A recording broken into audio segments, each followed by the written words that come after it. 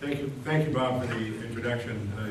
It was great fun to write that book with Tom about 12 years ago, and there have been. I so much liked the title that subsequent books kind of took off, and that was the day after reform, and then came the election after reform. There was the third one in the series, and I guess the next one will have to be what reform. But this talk is building off a paper that will be, it's a draft working paper now. We hope it'll be a journal article fairly soon, and then a book chapter. It's building off of a project which we call the Small Donor Project that's been going on for quite some time. We got interested in small donors long before it became fashionable, and when it became fashionable, that was all to our luck because material just kept pouring in. I'll set a little frame or context for the title about New York City, though. To some extent, the frame will be national. This was not a great year for some of the old premises, some of the old assumptions that have lay underneath campaign finance reform for the last several decades. In January 2010, the U.S. Supreme Court decided in the much publicized case of Citizens United versus Federal Election Commission that corporations have the right to make unlimited independent expenditures that expressly advocate the election or defeat of candidates. And since then, the public has focused its attention on those expenditures, even though they're still a relative minority of the spending. And in fact, this is a table we released, we, the Campaign Finance Institute, released shortly before the election, that shows the growth of publicly reported independent spending and electioneering in this election cycle. Nearly doubled. By the time we got to election day, it was more than doubled, about 2.5 times that kind of an increase. And people have looked at that, and the policy reactions have taken a couple of different tacks. One I would describe as those who favor what they see. It's to hope for more of the same, to bring more court cases, to bring further deregulation.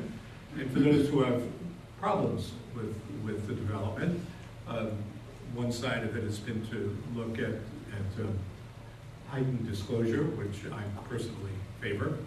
And the other side has been to look for partial re-regulation. I think there's a problem with the re-regulation argument, or with re-regulation possibilities. I think that first of all, I don't think the Supreme Court's decision was the fundamental cause of increased independent spending.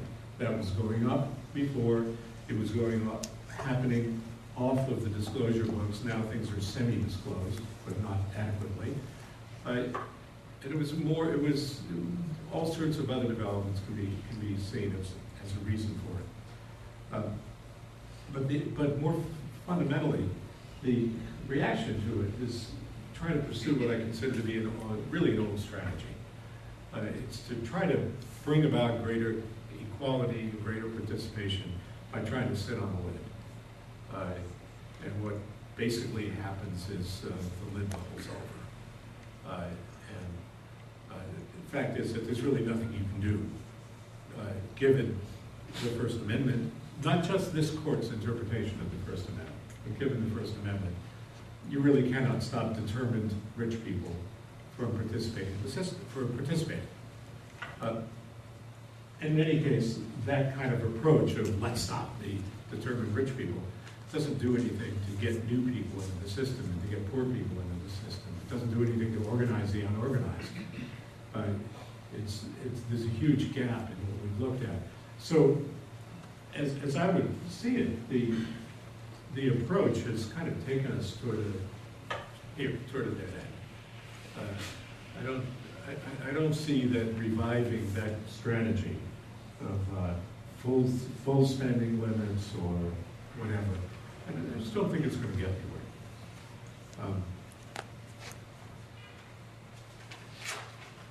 And again, I don't think this is just because of the court. I think there's something fundamental about this. So we asked, in this project we started a half dozen years ago, whether it might be time to shift paradigms, to think differently about the problem, and whether to think about building up rather than trying to build a strong hot lid. And specifically, whether to think about strategies that would empower the many, bring more people into the system, bring small donors and volunteers in, both as a counterbalance to those who do participate now, but also as a way of building kind of civic and political culture that would be enduring. So that was the hope that we started out with. If we sat in a closed room talking to ourselves, it all sounded pretty persuasive. We like the sounds of our own voices. True of many of us, that's an academic problem. It's, it's eventually you really need to test what you're thinking. Does this make any sense? So he said, let's devise a research plan. Let's see if this really has anything to it.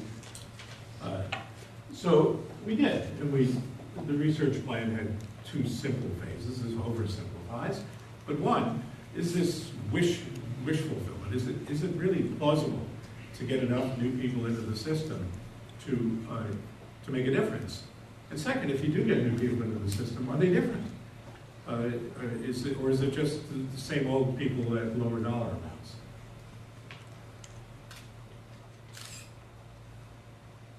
We looked at what are the potential vehicles for getting more people into the system. Now you could point toward two. One is that new technology does reduce the costs of participation in a very important way. As scholars of civic participation will know and will recognize where this comes from when I say it, the main barriers to participation are because people don't have the resources, whether they're time or money, or they don't have the motivation, or they're not mobilized.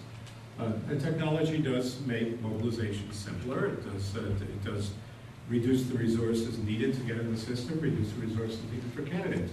So it does make a difference. Public policy would be the other side, the other part. There have been impressive gains because of the spread of not just internet fundraising, but really social network sites that make it much easier for people to interact with each other. But the gains have been very spotty.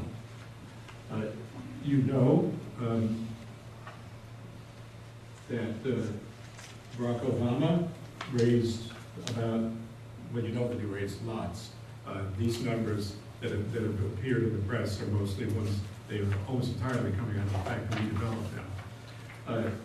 But he raised 30% of his funds from donors who aggregated to $200 or less. He raised 34% in the general election. That's more than most of the presidential candidates, not all. Howard Dean was more. George Bush was not a lot behind him. George W. Bush. And then Kerry, Gore, and others were below that. And Obama's percentage, it was a percentage of a very high number. It did stem largely from his effective use of technology and social networking, as well as obviously his charisma and the issues.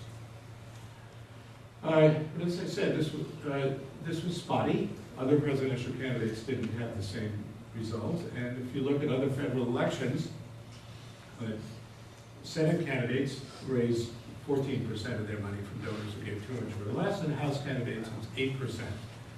And the drop-off, that's not an unusual drop-off. That's really more of a norm for elections.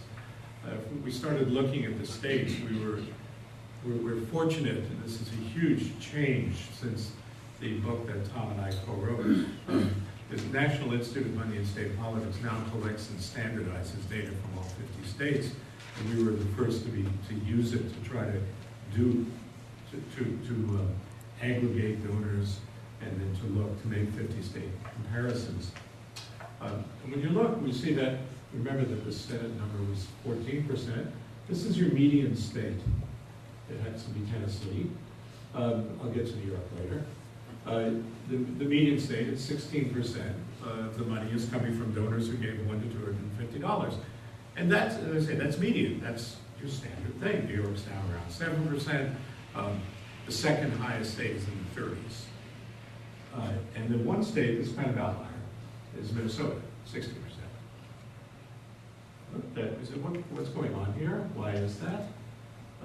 Is there something we can learn from Minnesota? And we said, well, why might Minnesota be different? A couple of possibilities we could think of.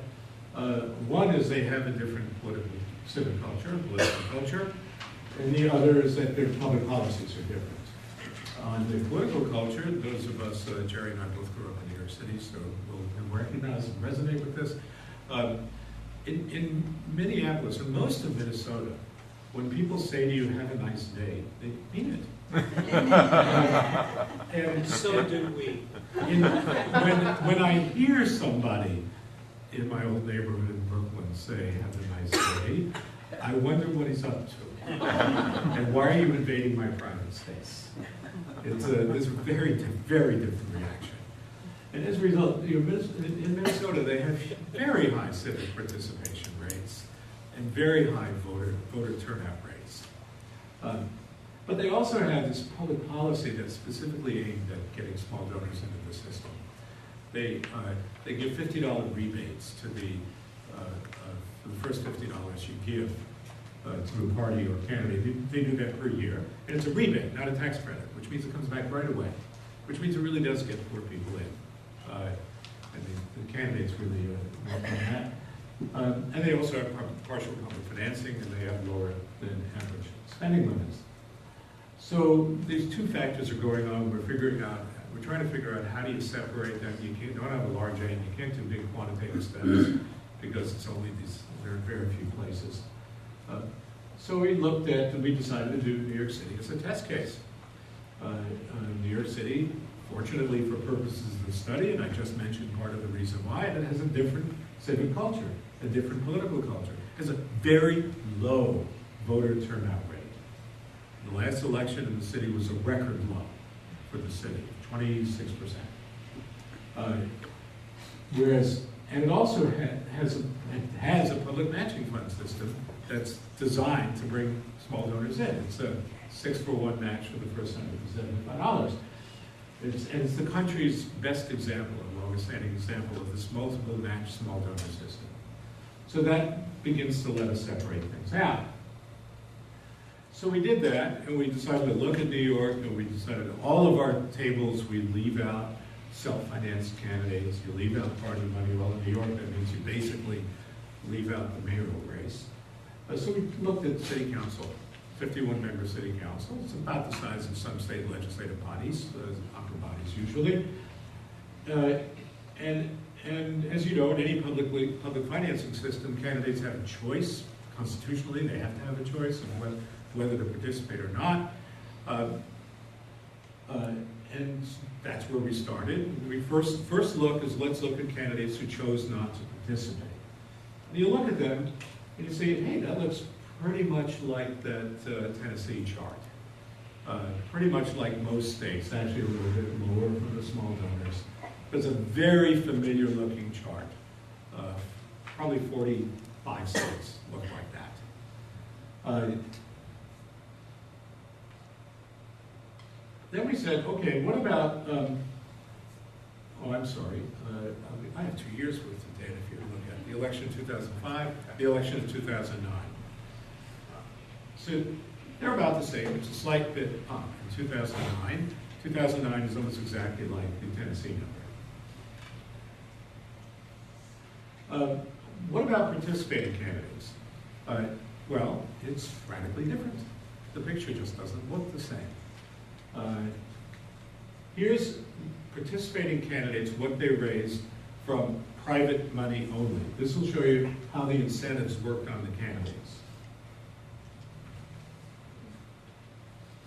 What you have is a doubling of the, more than a doubling. No, I'm sorry, that's 05. 05 is nearly a tripling of the amount of small donor money. In 09, what did I do with it? I didn't put it in the right place. In 09, it's 37%.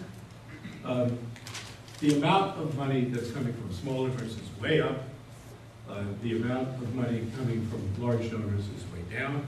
It's about a doubling of the money from small donors, cutting in half the amount from large donors. I think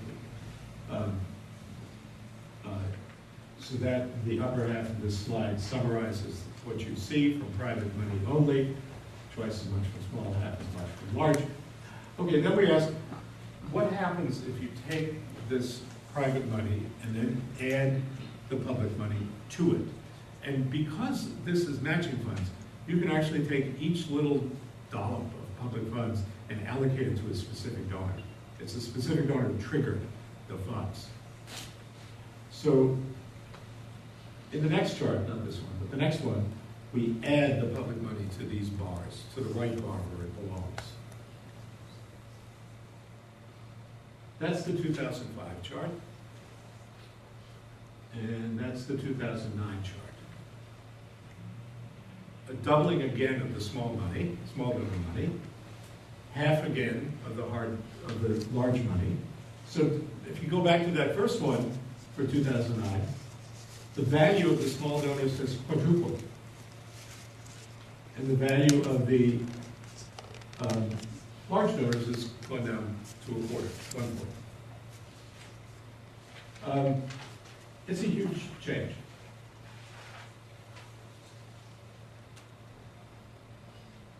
This lines it up for the two different elections. Same bar charts you see. You can see that it's really not a fundamentally different story between 2005 and 2009. 2005, the matching ratio was slightly different. It was 4-for-1 for the first 250.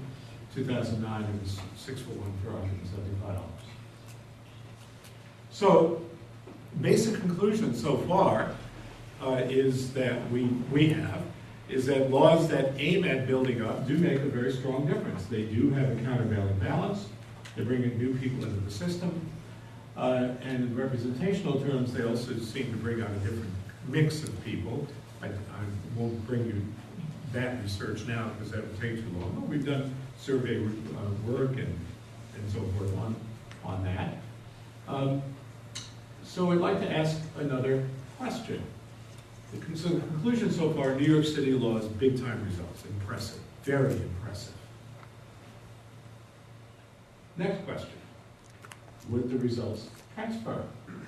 And we could do a lot of states, we do many states, possibilities on our website. But I'd like to do New York State, not just because we're here, but because the governor-elect has proposed, propose a system that would be like the New York City system for the state. It would be a matching fund system. He said that in his campaign. So we're going to apply similar policies to the actual donors in New York State. In the most recent election where you can do the analysis is the 06 election, we can't do the 10 election yet. And here's what the 06 election actually looked like. This is what the donor pool looked like. Gives you the total amount of money in the system, 7% from small donors, doing legislative and gubernatorial together. And you can see that the dominant funds are these, 78% from major donors or non-party donors. Well, in the next two slides, what we're going to do is we're going to impose policies that were in a bill that passed the Assembly in 2009. That was a 4-for-1 match for the first 250, and that also put spending contribution limits, lowered the contribution limits to numbers that would be closer to the national average. National average is about 4,000 for a 2-year cycle for contribution limit. Current New York numbers are the highest in the country for states that have contribution limits. 7,600 for the Assembly, nearly 56,000 for government. But here's what happens from the contribution limits alone. It does make a difference in in the amount from $1,000 donors, but it has a modest, very modest impact on the role of small donors, and almost no impact on the non-party money, for reasons that are quirky in New York, I think. But what if you, all right, so what if you add public money to the system, the 4-for-1 match? Here's what happens with the 4-for-1 match with no change in the donor pool. No new donors in the system. And you know that a match is going to be an incentive to get more donors in. This is what happens on the old donors. Now, instead of 7%, the small donors were 35% of the funds. The total amount of money in the system is you completely replace the money that you lost through low contribution limits. And here's what it would cost the public purse, $34 million. I would say that, by the way, that's not a lot of money compared to the policy implications. But anyway, then ask what if you could actually bring more people into the system? New York State, I didn't do a chart of this. New York State has the smallest percentage of its voting age population giving to any candidates at all at the state level. Smallest of any state in the country. Dead last, 0.49%. New York City, it's 1.75%. New York City donors are a pretty fair number of the pool in the state candidates, but still the difference between giving to city elections and state elections is huge. And New York City donors, that if there were a state, New York City's participation rate would be in the top half. Wouldn't be all the way at the top, but at the top half. So we asked, what if you could get New York City's rate, New York State's rate of participation, up to where the city's is? Not miraculously high like Minnesota's 4% or Nebraska's 5%, just 1.75%. Sorry,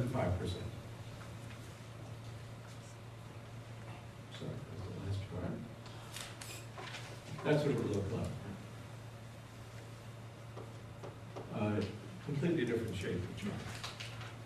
It looks like New York City's. It's 57% from the small donors. And without knocking these people out of the system, they're suddenly not terribly important, or they're nowhere near as important. So, the bottom line that we reach here is, one, laws make a difference. Second, the kind of laws we focus on is laws that build up to get more people into the system. We don't think laws that have spending limits on them work. That's like sitting on the lid. And where we're going to go next with this is that we also believe, and we have evidence to believe, that this is not only about the campaign finance system. This is about, especially with social networking, this is about getting people involved in politics. Where it has existed, where it exists in Minnesota, in New York, people can go to others and say, give us a little bit, and they have a nickel in the system. It's the old Saul Alinsky method of, doesn't have to be a lot of money, but give them something. And then those people become your volunteers. Once they've done that, they have the political capital and the social capital, the civic capital to do it again. Participation is a learned experience, and it becomes a tool for leveraging, getting new kinds of people into the system, which is the end goal where I want to be, which is worrying about not simply squeeze down equality, which I don't think works, but a build up equality, which would be a system change.